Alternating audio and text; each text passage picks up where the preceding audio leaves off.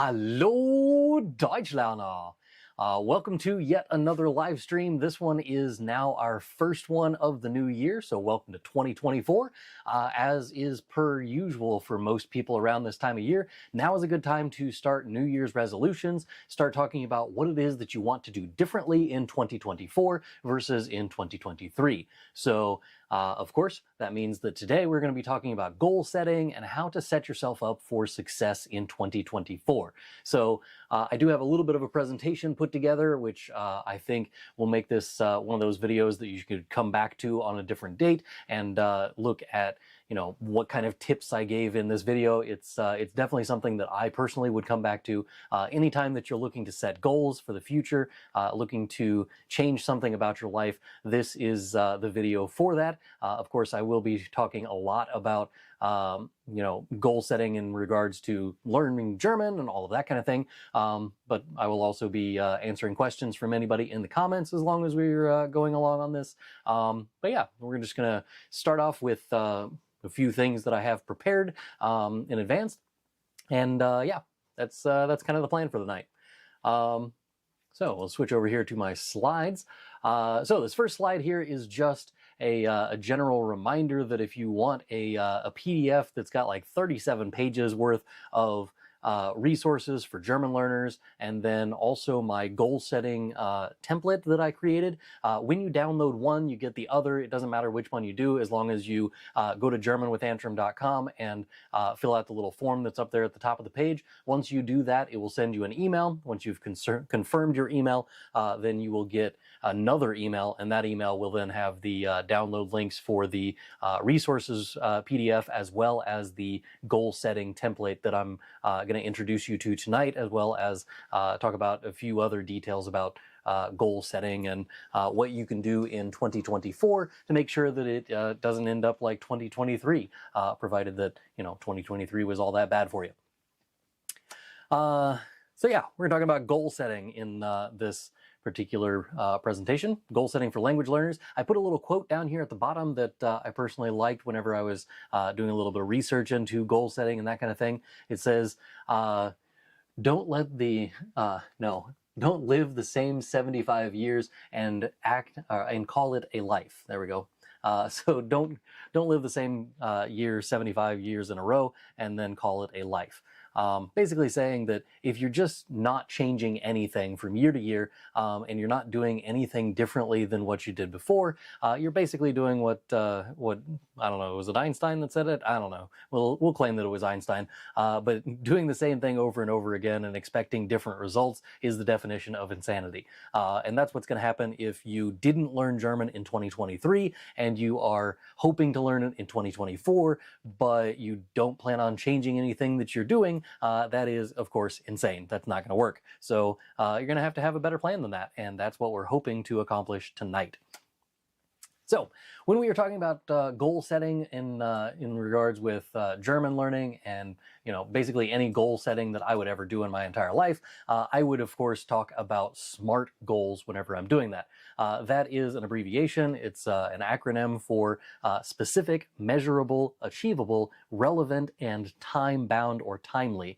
And these five different topics all kind of encompass what a good goal should be. So if you are setting a specific goal, you are much more likely to actually accomplish the goal. So if you're doing some vague thing like, I'm going to learn German in 2024, that is super vague. It doesn't tell me anything about what you want to do with the language whenever you learn it. What do you consider to have learned German? I can tell you that, you learned 7 words in German. Technically speaking, that means you learned German. But did you learn all of it? No, I haven't personally learned all of it. So why would you think that you could learn all of the German language in 1 year? So it needs to be something that is specific. So something like, I will be able to take a trip to Germany without having any issues that require a dictionary or a translator during the trip. This is a decent goal. It's specific, but it's not all of the other things that are on the list. And so we have to have a little bit more refinement to our goals beyond just saying that it is specific. But main thing is, vague goals do not get done. So make sure that your goal is specific.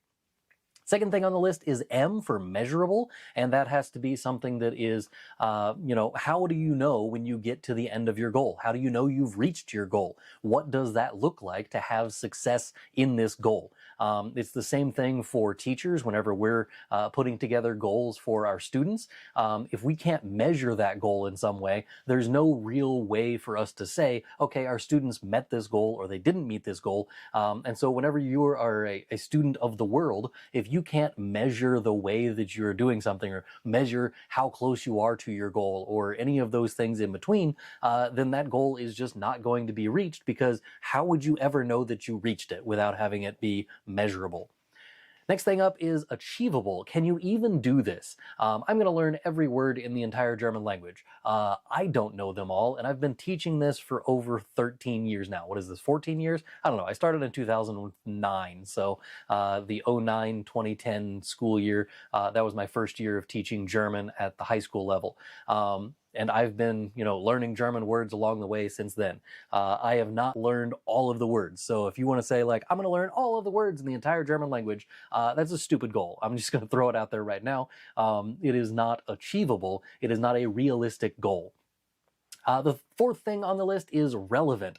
Does this matter to you? And if it doesn't matter to you, then why are you doing it? Like, that's a legitimate question you should be asking yourself. Why are you learning German? And if you're not learning German for a specific goal that is relevant to you personally, then don't do it. Like, I'm not going to be one of those people who tells you you have to learn German, because you don't. There's no reason that any person who's not in Germany needs to learn German. If you want to live your life in ignorance, that's totally fine. But if you have a reason that the goal of learning German would actually make sense for you, then by all means, obviously learn German. It's good for you. I like learning German, and there's a long list of reasons that you should learn German. But if you can't pinpoint why this is relevant to you personally, there is no reason for this to be a good goal for you. The last one on the list is time-bound, which is basically giving yourself a deadline. Make sure that you have some sort of a goal that has an end point. You can't just say, like, let's say you're playing football, American football, and you want to see where the touchdown is. If you don't know where the touchdown end zone is, you will never actually have a touchdown. Same thing is going to happen here with your time-bound goals. If you don't know where the end goal is, you can't get there. It's just not going to work. So whenever you're setting goals, what I would personally do is not just set one goal. I would set multiple goals. In fact, I have a goal board off to the side of what you can see on camera whenever I had my camera on. But I have goals set up on my board over here to my right. And those goals are not just a singular goal. It's multiple goals on different planes, and these goals all have like minor goals underneath them, and goals that then lead up to other goals, and goals in between those goals. And there has to be goals upon goals upon goals, not just a goal. But if you have like one giant pie in the sky, like, if I had everything going for me in the world, this is the goal that I would like for myself. If you have that one goal, that is going to be what I call on here your giant goal. This is the dream big goal. If you were to say, like, I'm going to be completely fluent in German and I can converse on any topic while I'm studying at the university. Okay, cool. That's a decent giant goal. This is going to be one that's like, I'm going to dream of moving to Germany. Okay, great. That's a good goal for you to have. You still have to put in the other forms, so it still has to be timely. You still have to make sure that it is relevant to you, like, why are you moving anyway? It still has to, have all of the points of a SMART goal, but it still should be something that is a huge goal. Like, if you get to this point, you can just be like, sit back and relax. This is the life that you had dreamed for yourself. Below that, we should have several goals that are big goals, but not giant goals.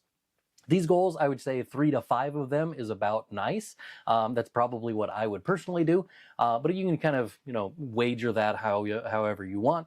But your big goals should be goals that, like, if you were to space it out, like, 1 year from now, I'm going to do this goal, whatever that goal may be. Let's say you need 3 to 5 goals in between there. You're going to put them so that there is 1/5 of the way through the year. You're going to stop, and that's where my first goal is. Another 1/5 through the year, and that's where my second goal is going to be. One more 1/5, and there we have a third version there. So we're going to have space these goals out a little bit with your big goals. And these should be like, if I want to move to Germany, I'm going to have to learn German to about the B2 level in order to study at a German university. I'm going to have to pass certain tests or certain proficiency exams in order for that to work. So maybe one of my goals is to learn A2 level and pass that exam. Maybe the next one is the B1 level and to pass that exam. And whatever those goals may be along the way that are working towards that giant goal. So these big goals aren't just like completely separate from the giant goal. We have the giant goal as the overarching thing above everything else, and then we have a goal below that and goals that are leading up to the next big goal. In between big goals, there should be another 1 to 3 goals. These goals are going to be something that you can reach in about a month to 3 months. They should be decent sized goals, but they're not going to be goals that are, so far off in the distance that you can't even imagine yourself actually accomplishing these goals. So that's what I mean by a medium goal. Again, somewhere between 1 and 3 months away, and that's about it. The last one on the list is the small goals, and you should have a ton of these goals. These should be the goals that you have like on a weekly basis, on a monthly basis, something that is happening so often that you continually motivate yourself with more and more goals and say, okay, this week I'm going to make this goal. And then whenever you hit that goal at the end of the week, you're like, woo, I made it. I got to the end of that goal. And then you can move on to the next goal. And you're never more than a month away from your next goal, so that whenever you're like, I'm going to learn to the B2 level of German. If you're starting out just barely learning German and you're at the, A1 level of learning German and you're like, I'm going to learn to the B2 level, that's going to take you forever. And it's going to take you a long time. And then whenever you do, start making progress towards that, you're not even going to be able to notice the progress that you're making because your goal is so far away. So what you want is kind of touchstones that you can say, okay, I made it to this point. That's a good thing for me. Congratulations. And then you can move on to the next one and the next one and the next one. You don't want to give yourself an opportunity where you're just like, stuck in a rut because you're like, oh, that goal is so far away. Maybe I won't even do a lesson this week. Or that goal is so far away and you don't even notice that you've made a lot of progress in the middle of there. So small goals, little bitty tiny things that you can have little wins here and there. So you watched a listening comprehension video on YouTube, and that lesson, you didn't need subtitles on that one. So that's a small goal that you can put in there. You learned how to order food in a German restaurant. You know the vocabulary for it, you know the phrasing you need, all of those kinds of things. That would count as a small goal. Medium goal, you could say something like, I am proficient in the present tense of German. That would be another medium-sized goal. You could say, like, I learned all of the regular verbs in the present tense. I've learned all of the stem-changing verbs in the present tense. Those kinds of things would be medium goals. Next goal up would be the big goals. That could be like your exams and things like that. And the giant goal is just one goal that is like so far down the line. If you had your ideal life, this is what it would look like. That is your giant goal. Some general things that I would say if you are setting goals, whenever you're just general information that you probably should know about goal setting in general. So first thing is here, start with the giant goal. So start with the pie in the sky, dream life. What is the best thing ever that you could possibly do? That is your goal, your target, way down the line. It doesn't matter how far down you're thinking. If you're thinking, 6 months from now may be a giant goal for you. It may be a year from now. It may be even farther than that. It may be, 5 years, 10 years down the line where you're thinking, okay, I'm probably going to be at this level and this is what I can do with that. This is your goal that you're starting with. Once you have that, you can move towards the other smaller goals. All of the smaller goals point in the direction of that main goal. So let's say you want to move to Germany or whatever, like the example I gave earlier, of course you're going to need to learn some greetings along the way, but that's not something that is going to be a part of the giant goal. And to name that early on is just kind of bland. It's not going to get you motivated towards your end goal. I do like this one quote from Yogi Berra. If you don't know, he's a famous coach, I believe baseball, but he has lots of really stupid sounding quotes that if you look below the surface, they sometimes are profound. This first quote here is just, if you don't know where you are going, you'll end up someplace else. And this is kind of what I'm talking about with all of these goal setting things is if you are wanting to move to Germany, but you don't state that outright at the beginning and you're just like, I'm going to learn German. But why? What is the point? What are you trying to accomplish with this? Where are you going with this? And if you don't know, then you're probably not going to end up where you want to end up because you don't know where you want to end up. So start knowing where it is that you're going to end up so that you can point yourself in that direction.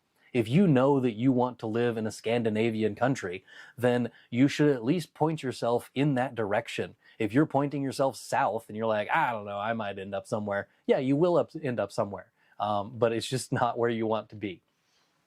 Number 2 on my list here is work your way backwards towards the smaller goals. Like I mentioned before, you're going to have that pie in the sky goal up there, but let's say you want to study at a German university, you need to look up the requirements of what is that going to take. What goals do you need to meet along the way so that you can study at that university? What goals do you need in order to make those goals? What goals do you need before those goals? And you just keep going backwards from goal to goal to goal until you get to that small goal category, something that you can get done in the next week or month. We have monthly, weekly, and daily goals. You need all 3. You can't just do monthly goals because if you do that, you're going to, again, get lost in the weeds and not really think about, the next goal on the list. You're just going to be like, oh, I got all month to get there. And by the end of the month, you didn't make any progress towards that goal. And then you're like, all right, I'll get to it next month. So don't do that. But let's start with 1 month out. What do you want to be able to do by the end of that month? It's not what do you want to be able to say, what do you want to be able to, learn, or what vocab list do you want? It's what do you want to be able to do with the language. It's not enough just to say, I'm going to learn German. You need to be able to say, with the language that I have learned, this is what I'm going to do. Work backwards from that first goal of what, let's say you want to learn to be able to order food in a German restaurant in 1 month. Okay, that's perfectly fine. That's a decent goal. Let's say you need to do that. You would have to build some vocabulary. You're going to need to learn certain phrases. And of course, there's some grammar that goes around all of those things as well. So you could say like, ich möchte, whatever it is that you're ordering in a restaurant.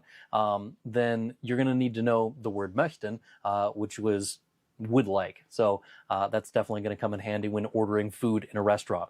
You might need to know the German word for a waiter or the German word for a reservation or things like that along the way that you can build up towards that end goal at the end of the month of being able to order food in a German restaurant.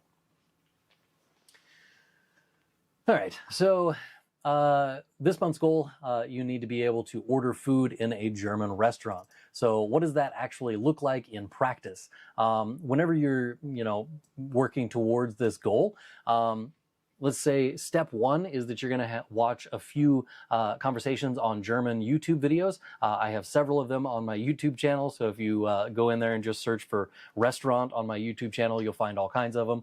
And just watch one video. Don't watch a bunch of videos, just watch one video. Start with that. And then make a list of vocabulary that you didn't know, phrasing that you hadn't heard before, and look at what it is that you didn't know beforehand so that you can go back through and relearn that vocabulary later once you've done that lesson. Then you can go back and do another one. And let's say you watched another lesson about going to a German restaurant. You're probably going to find different vocabulary that was not in the original lesson that you just did. And so you're going to keep building that vocabulary list over and over again with different listening comprehension things. Step 2, we're going to make some flashcards to study these things. I have a video coming up soon that is about how to make good flashcards, what flashcards should have on them, but also why I love physical flashcards and not digital flashcards, even though I do provide them with my books. So with my beginner book and my elementary book, the A1 and A2 books, I do have flashcards that go with those, but these flashcards are digital flashcards, and I'm not a huge fan of digital flashcards, which I'll outline why in a different video, but suffice it to say that physical flashcards stick in your brain better. That's basically why I use them. But you're going to make some flashcards as step 2, and you're going to review them every single day. Without fail, no matter what it is that you got going on in your life, you're going to study them for at least a few minutes every single day. Step 3 on our list is if you come across some grammar things that you didn't know ahead of time while you're going through the list of stuff, make sure that you try and figure out what is that grammar. What is this phrase that they keep using over and over again? Why do I keep seeing people say ich hätte gern followed by whatever it is that they would like? That seems like a phrase that you should probably know, and figure out how to use those things. Step 4, memorize these key phrases that you're going to need during these conversations. So let's say, ich möchte, ich hätte gern, können Sie mir eine, or einen, whatever it is, bringen? So I would like this, I would like that. Can you please bring me this thing? And of course the ever useful Zahlen bitte, which is, check please. Step 5 on our list, find a German menu online. So you can just go to Google Maps, type in, Berlin, Alexanderplatz or something, and you'll be able to find a map on Alexanderplatz, find a restaurant that's on there, and just find their menu online. Doesn't really matter which restaurant you're going to, you can just pick one at random, or if you're planning a trip in Germany somewhere, you might, you want to be able to order food at that restaurant that you know you're going to go eat at, look at their menu. Make it very specific of exactly which menu you're looking at. Look at their menu, their whatever they have on there, and then study that. Do you know what it says? Write down some example conversations that you might have with the waiter, and kind of, test it out. Like, let's say, that you want to have the Käsespätzle on your menu. You could then practice saying, ich möchte Käsespätzle, and ich möchte eine Cola trinken. I would like to drink a cola. Little phrases like that you might actually need in the conversation. But yes, those little phrases, and actually use real documents of a real menu from Germany and check that out for authentic looking stuff, rather than like a lot of textbooks that I've seen have menus in them, but they're generic things that just says like Rinderbraten, and they don't give a description of what Rinderbraten is. They don't do anything other than just have the word Rinderbraten on it. And I've never seen a menu in Germany that just says Rinderbraten. Usually it's going to have like some sort of description. Maybe it has like an adjective or something in front of it for what kind of Rinderbraten it is. Nothing ever is just that generic like a textbook usually says. So look at an actual menu rather than, a fake one. Step 6 on the list is have a role play conversation with you as the customer and someone else as the waiter. If you don't have someone that you can speak German with, use ChatGPT. It's actually not as terrible as people try and make it seem. If you go to ChatGPT and type in, you are a waiter at a German restaurant, I am the customer, the restaurant menu is this. If you're using the new updated version of ChatGPT, you can upload a document, so like a PDF of the menu of the restaurant that you're talking about. You can upload that and say, this is the menu that goes along with this conversation. Start the conversation as the waiter. And ChatGPT will then give you a conversation that outlines. It'll start off with Guten Tag, mein Herr, or Guten Tag, meine Damen und Herren, whatever. And they're just going to be like, was kann ich für Sie tun? What can I do for you? And then you can order your food, and then the ChatGPT will follow it up with something else, and you can have this whole conversation with ChatGPT. Of course, that is the option if you don't already have a speaking partner. But if you don't have a speaking partner, I do have in the resources thing that I mentioned at the beginning of this presentation, on GermanWithAntrim.com, you can download like 37 pages worth of resources. Some of those resources are for finding a German practice partner online, whether that be through something like Tandem or My Language Exchange, or even just going out and having a Stammtisch in your local area. There are lots of different places that you can find for someone to speak with. If you don't want to go that route, ChatGPT is not a terrible option. All right, next up is check your progress towards your giant goal. So you know that you have that pie in the sky idea that you want to accomplish, and you know where you're headed. You need to make sure that you have those little checkpoints along the way and be like, oh yeah, I made it through that thing. So let's say you want to pass the A2 exam. Take a practice exam every once in a while. See where you are on your journey. Find out exactly how much skill you already have and how much more you still have to learn. There are lots of free options out there for testing your German skills. Some of them are better than others, but there are places that you can go for that kind of thing. I do have the video that I uploaded last Monday. That video has a bunch of different places that are linked in the description where you can find online tests to find out what your level is and where it is that you should be going for your next lessons.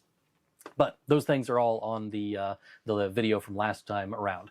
But yeah, I have a small goal on here, which is to pass the A2 exam, a medium goal of a B1 exam, big goal B2 exam, and then the giant goal of a C1 exam. And if you can pass the C1 exam, you basically can do whatever you want in Germany. C2 is just so abstract in my brain of it's native level speaking. Like, what does that exactly mean? Because I can talk most exactly the same way that I do in English in German, but to say that I can pass a C2 exam, I just don't know that.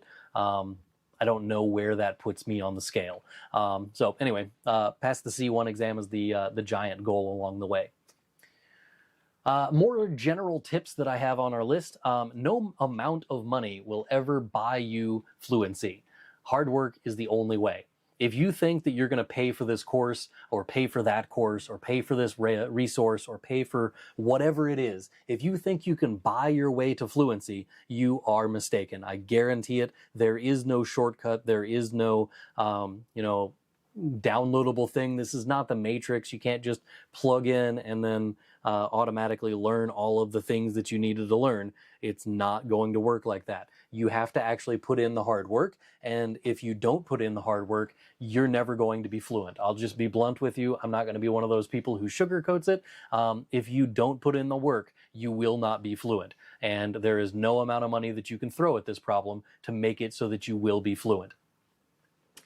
Next up, we have one resource is not enough, even if it is marketed as the everything you ever need to learn in German. No matter what it is, even my own courses, I literally say in the course, do not use this course as if it's the only resource you need. I literally just made 37 pages into a PDF full of resources that you can use because you should not be using just one resource. If you only use one resource, you're only going to get that one person's perspective on how the language works. And that is a terrible way to look at things. Think of it in terms of like, if you only sat around and watched one news station and that is the only place that you got your news from, imagine how biased you would be towards any other thing that someone said.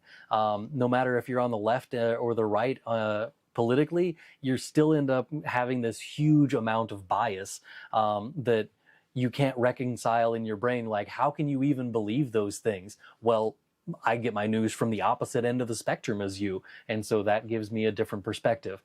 Same thing is going to happen in your German learning. If you get all of your information from one person or one website or one app, you're only ever going to get that one perspective on the language, and that is not enough to say that you've actually learned German. Next up is reward yourself. It should be often and proportionally based on what it is that you learned. Congratulations, you finished today's lesson and you learned all of the things that you wanted to. You can have a piece of chocolate. Don't do food for all of your rewards to yourself. That'll end up making you an American. Making you overweight. So yeah, don't award yourself every time with food. That's why my second example is you studied German this week, all week this week, and you did it every day like you were supposed to. So you get to watch a movie in German today. This time says you mastered the dative case in this month, insert some cool incentive here. So whatever it is that you find good for you, whatever kind of reward system you want to set up for yourself, it doesn't have to be a physical reward like the second example I gave here. You can just watch a movie in German. That's a decent reward for whenever you're studying German. That's a reward that is kind of spiritual, I guess, is the way that I would phrase it.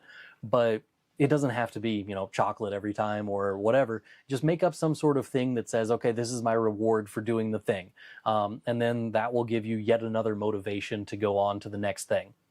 At the top of the right of the list here, I say you don't have to be a curriculum expert and you don't have to build your own curriculum. Do what most teachers do, steal from someone who already invented the wheel.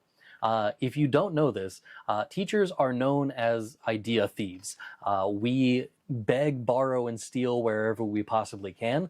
So if you go to like Nancy Tuline's website, I guarantee you most teachers in the German-speaking world have used at least one of Nancy Tuline's worksheets in their classes at some point, because it's free, it's on the internet, and it's automatically there for everyone. It's got answer keys and all kinds of stuff.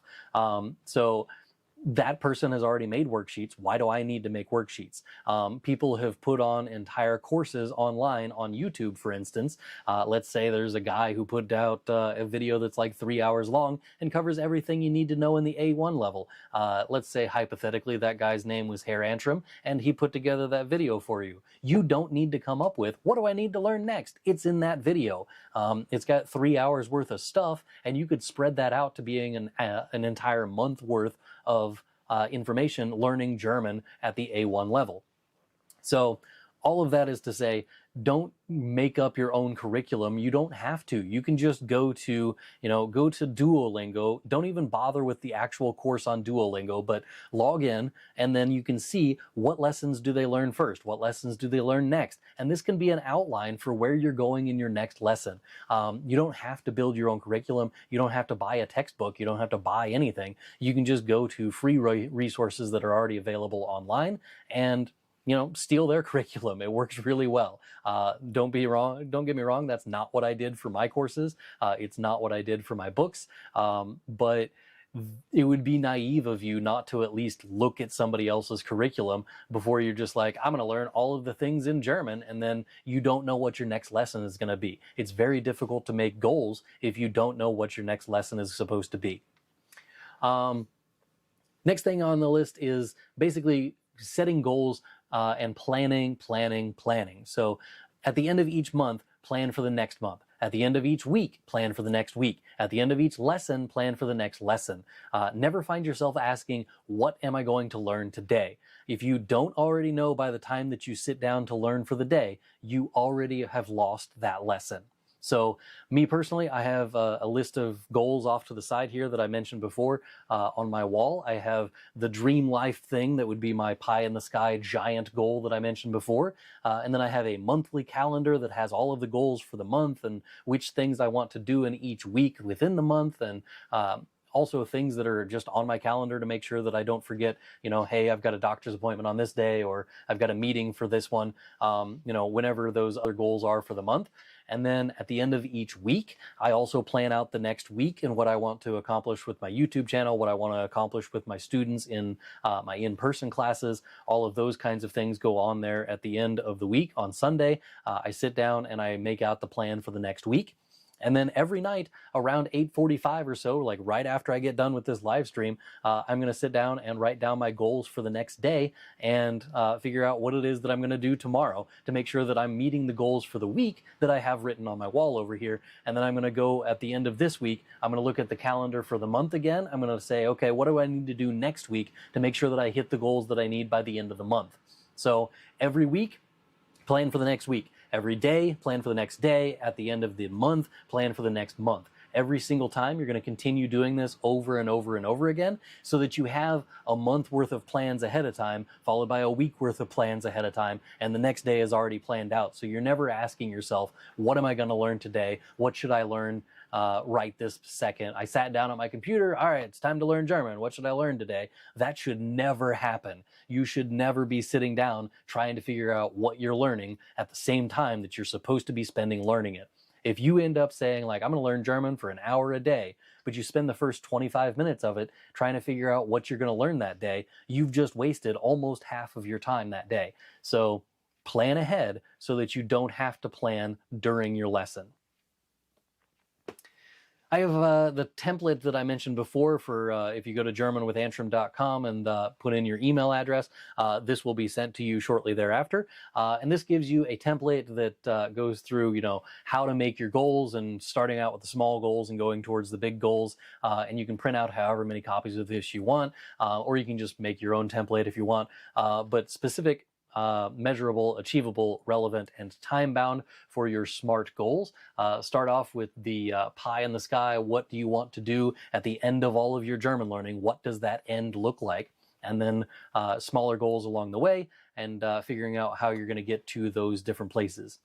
I also have on here a thing that says, not only do you need to have a goal that says, you know, what do I want to do, you know, in the very far future, the near future, and everything in between, you also have to have goals that tell you how you're going to practice each of the 4 parts of learning a language. So how are you going to practice reading? How are you going to practice listening? How are you going to practice writing? And how are you going to practice speaking? If you don't practice these things, you won't learn these things. So if you only look at, you know, reading and writing, those are the 2 things that you do, you're going to have a really hard time when it comes to listening to people in an actual dialogue and speaking to those people in German. So you have to have a well-rounded education. It's not just reading and writing. It has to also be listening and speaking.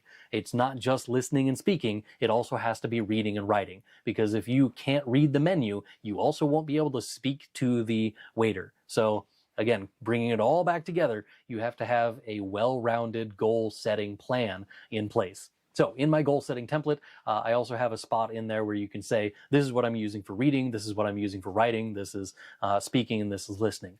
You could, of course, combine these things. So like writing and reading, those 2 things go together pretty well. Speaking and listening, those 2 things go together pretty well. So you could combine some of these things, but I also do have recommendations for what you should be using there in the goal setting thing that I had before. All right, that brings us all the way back to the beginning where we started this whole thing, and that is I have this resource thing that is up on germanwithantrim.com. Put in your email address. It will send you an email to confirm you're not a robot, and then that will then send you another email that has the resources link in it, as well as the goal-setting template that I mentioned several times throughout this presentation. All of that is to say that if you are looking to learn German and plan on doing anything German-related in the near future, but you're not entirely sure exactly how you're going to get to that point, this is the goal-setting template that will make sure that you not only know what your goals are and where you're headed, but will also make it so that you actually reach those goals in 2024. All right, that is the end of my wonderful presentation here. So that brings us back to me and what's going on, and questions and answers times for things. Yeah, that's my presentation about goal setting and what I would do if I were learning German, that kind of thing. If you haven't seen it, I did upload a video on the 1st that basically explained what I would actually do if I were learning German from scratch. And my goal was, I think the example I gave was, I want to study at a German university. So I went through my entire planning process for what would that look like, how do I meet those goals, and all of that kind of thing. It's a fantastic video. If you haven't seen it, it was uploaded last week, on Monday of last week, so on the 1st. But yeah, check that out. It is definitely a great way to, even if you're not planning on moving to Germany or wanting to study at a German university, it's great for just the planning process and trying to figure out where you want to go with your German learning. We do have a few comments on here that I wanted to address at some point.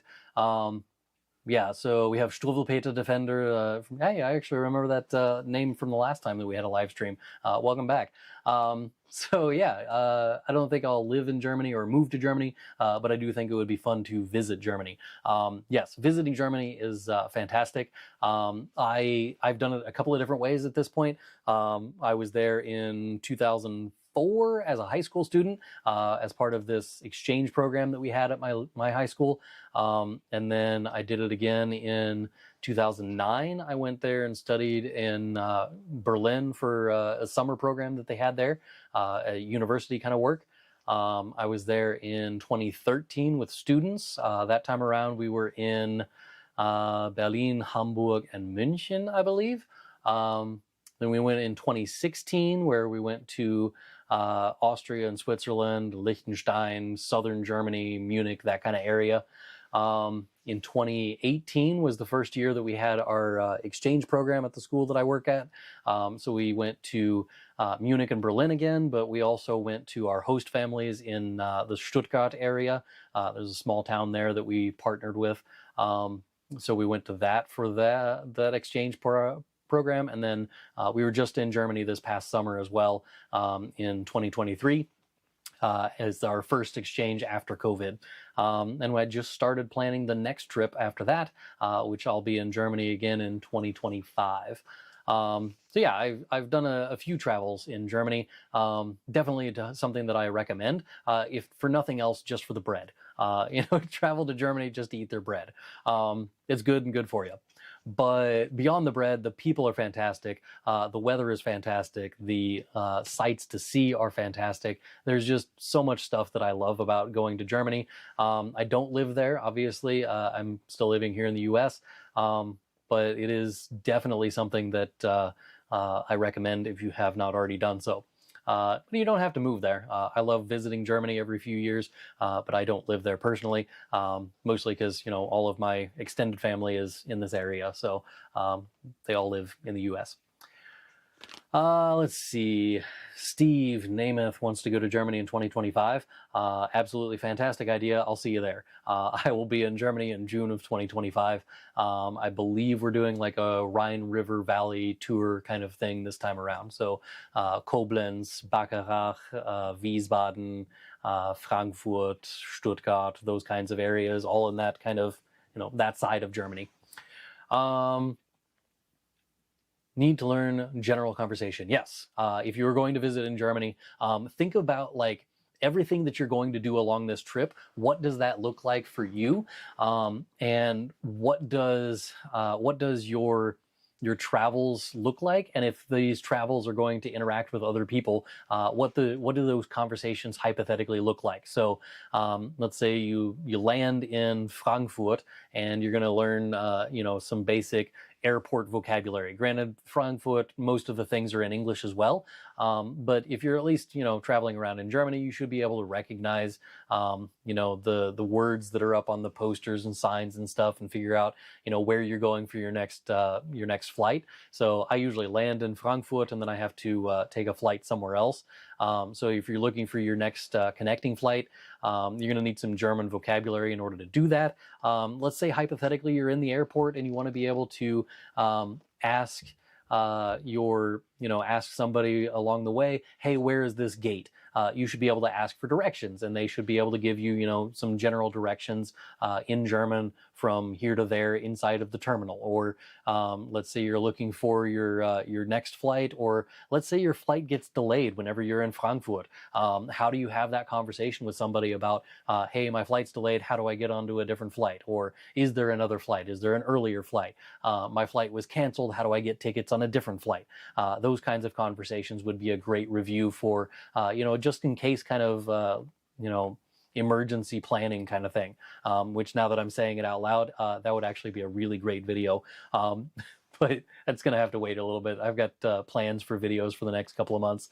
At any rate, think of the things that you're going to do while you're on this trip. What does that look like, and what conversations can you envision you having? So you get off of the plane, you talk to some people in the airport. You go to the taxi area and find a taxi, and they're going to take you to your hotel. So you need to have a conversation with the people there.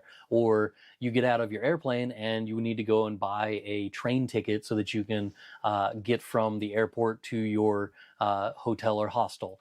You're going to need to be able to travel in some way, so at least figure out like what kind of conversations do you need in order to get to the hotel.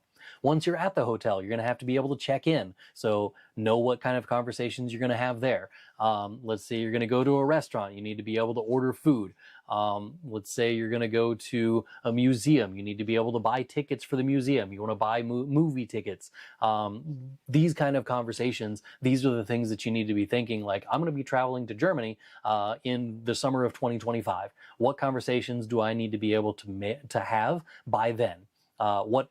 do I need to learn in order to be able to have those conversations? You're going to have some greetings, obviously. You're going to have some basic grammar. You're going to need some basic vocabulary. If you're in the airport, airport vocabulary, hotel, hotel vocabulary, restaurant, restaurant vocabulary. You get the idea. If you haven't already seen it, I probably have it somewhere over here. Yes. Mastering German Vocabulary. One of the books that I've always recommended is this one, Mastering German Vocabulary, a Thematic Approach. I personally just love this book for exactly the reasoning that you're mentioning, Steve. This is great. Like, let's see. It's got personal information, so your name, gender, religion, marital status, age, place of residence, etc. There's human body, there's health and medicine vocab, there's eating, and chapter 4 is all about food, and it goes from page 53 through page 76.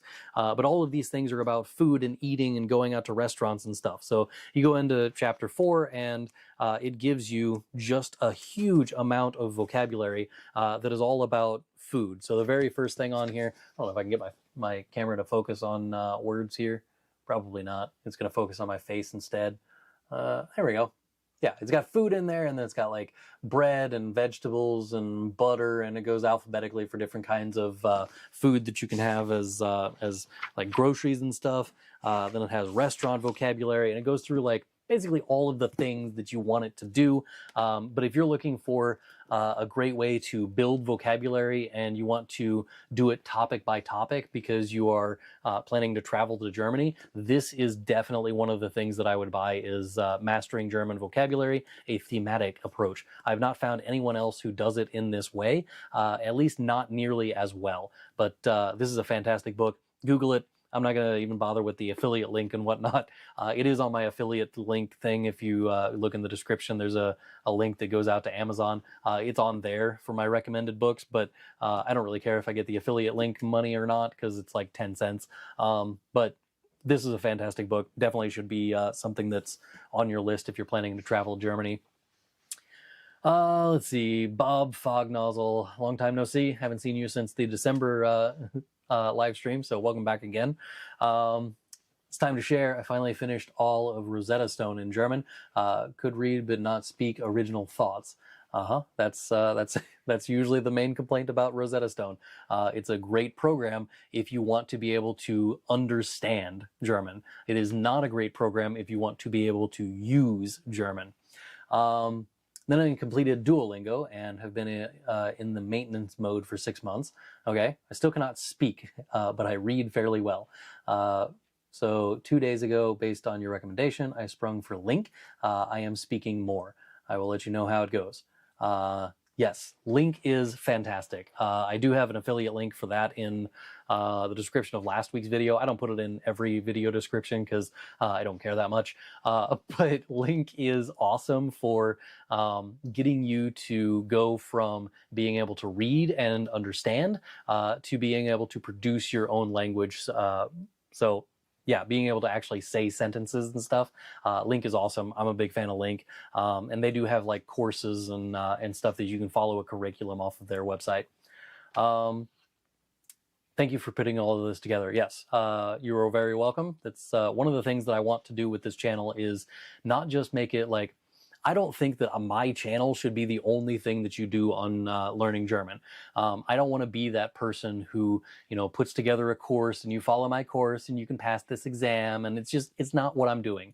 I don't see the other YouTube channels that make German learning content. I don't see them as competition. What I see them as is another resource for you. So if you want to go watch Lingoni videos for what used to be German with Jenny, go for it. You want to watch videos from Anya? Absolutely. She is fantastic. I love her videos. You want to watch something from Deutsch für euch? Absolutely. Fantastic videos. Love it. Go for it. Watch those videos. There is nothing wrong with going and finding other resources for your German learning. If you want to use this one as like the main resource and then kind of have the other ones as like attachments to that, that's also a good idea. I would prefer, of course, if you use my own courses for those kinds of things, but having a wide range of different things to learn German with, it's fantastic. Just definitely use that. Don't just use one thing at a time. Let's see. Fernanda Ortiz, can I get your books in Mexico through Amazon or something like that? Yes. The links down in the description are for Amazon. I believe the Mexican version of Amazon has my books. I have not actually checked. I assume that if I just go to amazon.mx or something, I don't know, amazon.com, scroll to the bottom, find all of the nations. Can't actually scroll to the bottom because it's not going to do that. There we go. United States. My preferred country is now Mexico. Go to that website. From the Mexican website, we go to Herr Antrim. Yeah, you can get those there. Yeah, this is in pesos, so I assume that number is probably close to what it is in the in America. But yeah, you can get my my books off of Amazon there. I assume you can probably get the paper versions. Let's see, can't see through my camera. Yeah, there's a paperback version on there for my beginner book. So yeah, they're available on Amazon on the Mexican version of Amazon. Didn't know, looked it up, it's there. So yeah, definitely buy those. They're the ones that are like right over here. So there's beginner German with Herr Antrim and elementary German with Herr Antrim. The beginner book is my A1 level book, and then I have the A2 level book, which I called elementary German. I think the intermediate book, based on what I have of it so far, is going to have to be split into like B1.1 and B1.2 and maybe even B1.3. But yeah, those books, that book is definitely coming out, hopefully in the next year, at least the first one of them. And then, yeah, I also have plans for another book that I have not mentioned before, super secret project that I'm working on. So get excited about that, I hope. Maybe. Let's see, based on my little goal board that I keep mentioning over here on the corner. But yeah, I should hopefully be able to have that book out. I'm hoping by March, but we'll see how things go. Let's see. How do interrupters work in German? Are they the same in English? I do not know what this question is asking. I'm not going to pretend that I know what an interrupter is. Let's see, grammatical interrupters. Are these just like interjections?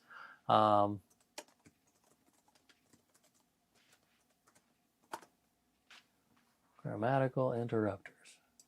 Commas with interrupters. Express a thought within a thought. Oh, yeah. Okay. So I guess interrupters are like whenever you have a clause that breaks the flow of a sentence. And yeah, that's exactly the same type of thing that happens in German. So wenn ich ein bisschen mehr Deutsch spreche, dann könnte ich so etwas machen, so ich spreche einfach nur Deutsch und dann zum Beispiel, wenn ich etwas anderes machen möchte, dann kann ich diesen Satz hier beenden und dann werde ich noch einmal etwas anderes in diesem Satz sagen und ja, ich kann hier anfangen und dort enden und es ist egal, was dazwischen passiert. So, yeah, if you didn't get that out of the example there, I had a few times when I had like halfway through a sentence, I would just stop and move on to a different thing and then kind of switch back and forth. Those kinds of clauses do work very similarly to what they do in English. The difference is that I would be careful with the kinds of conjunctions that you use to connect those sentences or those clauses, because those can be subordinating conjunctions or coordinating conjunctions. Subordinating conjunctions are the ones that mess with the word order, so it pushes the verb to the end of the sentence. So for things like weil and da and I don't know, just search for subordinating conjunctions in German. I'm pretty sure my face is one of the first ones that shows up. But if you, yeah, if you're using those kinds of interrupters, it's pretty similar to what it does in English.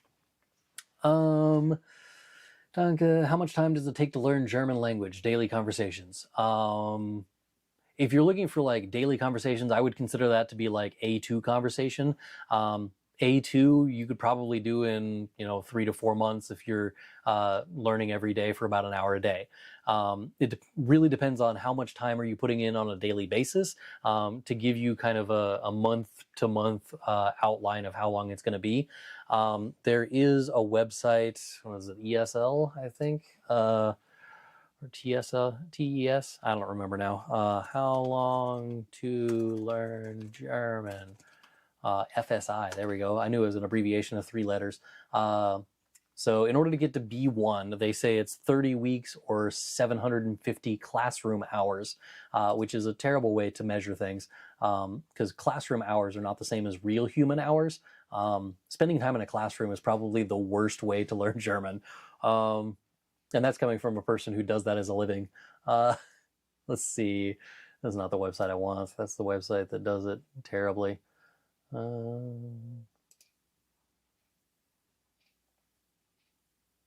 There we go. That's the one we're looking for. So 20 lessons per week, or 20 lessons per week. I'm trying to think of how the math works out on that.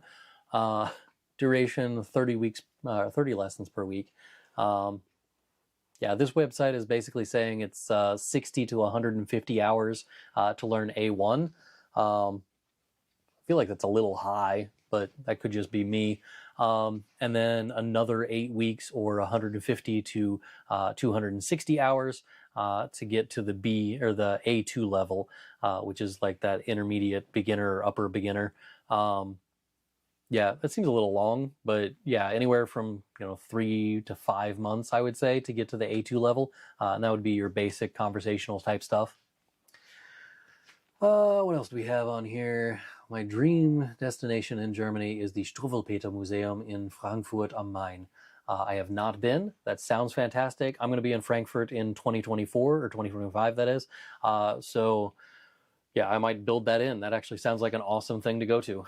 So thank you, Struwwelpeter Defender, for that. I'm hoping to join your club next month. Well, welcome aboard, Ka. I'll be happy to have you over there. Thank you for getting them in there soon. Yes. That's back to the question about my books being on Amazon in Mexico. So yes, good luck with that. Let's see. For completing A2, how many vocabularies will I have to learn? A2 is like 500 to 1,000 words, something like that. It's not as much as what people think it is. There is a, if you go to the Goethe Institute's list, they do have a list for A1 and A2 and I believe B1. Goethe Institute A1 vocabulary list. So there we go. Yeah, I will copy and paste that into the chat over here because this is A1 vocabulary. That is from the Goethe Institute's list. You can then type in the same query into Google and put A2 behind it. And when you click on that one, it gives you the word list for A2 vocabulary. A2 vocabulary. I misspelled that somehow. Vocabulary. So yeah, there's the A2 vocabulary as well, but you can check those out if you want. There is a B1 level of that as well, but if you just type in Goethe Institute A1 or A2 vocabulary list, it's like the first thing that shows up. It's a PDF, and you can download all of the vocabulary that's on there, and then you can kind of take that information and put it in together into a flashcard deck or whatever it is that you're using to study the language. My only problem with this is that it's just a huge list of vocabulary without any real solid way to actually cohesively put it together. So I'm trying, actually, one of the things that I'm working on is making a series of videos that encompasses all of the vocabulary in the A1 level or all of the vocabulary at the A2 level. And yeah, there are example sentences that go with the vocabulary, at least at the A2 level. But again, it's not connected in any way. It's just a string of vocabulary and a string of sentences that go with those vocabulary words. But no, like, it's not a conversation. It's not a story or anything like that. So that I find irritating. But if you're looking for a list, there's a couple of links that I just put in the chat. So you can find those things. And if you're watching the replay of this, I will put them in the description after this live stream is ended. Let's see. How many words? Where was I? Wish you tons of success with the new books. Yes, thank you very much. And that's it. It seems to be the end of the questions that I have on the live chat. So if you still have questions, you have about 30 seconds before I stop talking, but there's a 30-second delay. So I will stall just long enough for that to work to find out if anybody has any other questions before I sign off for the evening. But otherwise, I do have a schedule of live streams that if you haven't seen it yet, you can just go to my YouTube channel and click on the live tab, and there you will find all of the scheduled out live streams coming up. I have one in February, one in March, April, and May. I plan on doing one of these every single month for the entire year. I do have topics planned out for all of them. I just don't have thumbnails made for all of them yet. So rather than have them set up already on YouTube, I still have them in my head and also on my little planner. But as far as thumbnails, I still need to work on those. But I have February the 5th. It will be the same time, same place, same setup, all of the things. It's going to be the exact same process as before. It's just in February instead of now. So I try to make these the first Monday of every month. So February 5th is the next one. March 4th would be the one after that. April 1st is the one after that. And the one in May, I can't see through my thing again here. The one in May is not on the list. So that's one that I haven't had a thumbnail made for yet. But I will get that done soonish, maybe. Anyway, that's the next live stream is February the 5th. And let's see. Yeah, so Salman Farsi says they are from Bangladesh and are working on learning English and Hindi. Or no, already learned English and Hindi and is going to move to Germany. So yeah, therefore learning German. Good reason to learn German. But yeah, I don't have any other questions in the chat box, so I will just call it a night and say Auf Wiedersehen.